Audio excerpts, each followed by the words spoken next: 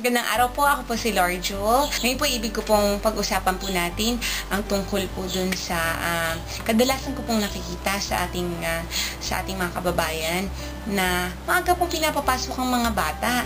Nagsisimula po nakakakita po ng mga bata pinapapasok sa paaralan sa edad na 2 taong gulang. Ang iba naman po ay 3 taong gulang. Wala naman pong problema para sa akin sapagkat maaga po talaga dapat tinuturuan natin mga anak. Ang totoo nga po niyan ay kinakailangan po natin turuan ng ating mga anak simula po nang sila isinilang. Kung ano man yun, paghawak ng laruan, kung ano man, lahat po yun ay simula na po sila ay isinilang. Ang aking pong sinasabi ay ang formal na education, formal na edukasyon kung saan po sila ay ating pinapapasok sa paaralan. Ngayon po, ang pagpasok po sa paaralan, para po sa akin, ito po ay para sa akin bilang guro, isang guro. Para sa akin ay mahalaga po na sila ay ipasok sa paaralan. Ngunit sa edad po na 2 taong gulang, 3 taong gulang, kinakailangan po na wag po natin silang na sila po ipasok natin sa isang paaralan na hindi naman po formal na formal. Kumbaga hindi po yung tradisyonal na ating sinasabi na sila po ay nakaupo, nakapirmi, kailangan na sila po ay wag maglilikot at nakaupo sa isang upuan na kaganyan sa harapan ng kanilang guro. Ito po ay hindi ko po nais na i-rekomenda sa ating mga magulang. Para sa akin, sa edad po ng 2 taong gulang, 3 taong gulang, ay mas nararapat po na dalhin natin sila sa isang paaralan kung saan ay laro hindi po laro lamang, kundi laro. Ang pag-aaral ay may halong laro, o ang pag-aaral ay naroon nakapaloob sa paglalaro. Maraming pag-awit at marami pong pag-ikot-ikot. Hindi po sila dapat nakapirmi.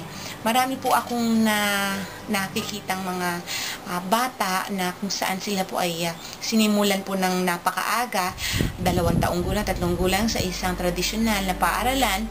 At karamihan po sa kanila ay talaga naman pong hindi nagiging masaya. Sila po ay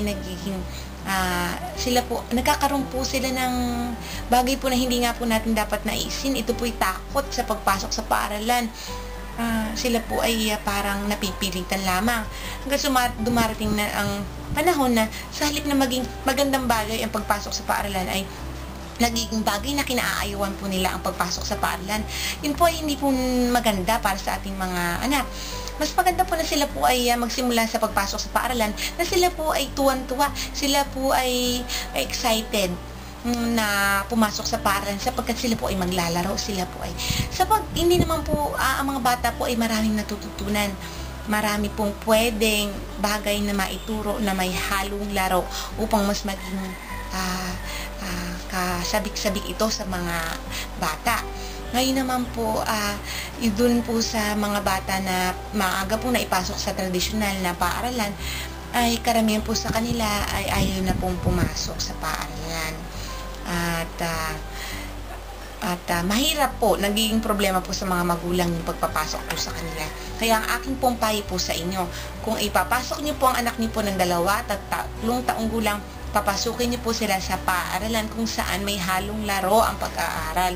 Maraming awitan, maraming sayawan, magiging maganda po at enjoyable para po sa kanila ito.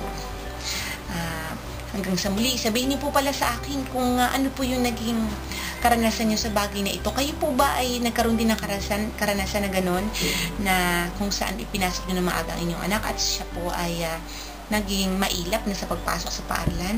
O baka naman po kayo po yung magulang na nagpasok po sa isang paaralan na parang play school na matatawag na masaya. Ano po ang naging bunga nito sa inyong anak? Salamat po. Ito po muli si Lord Jewel. Hanggang sa susunod.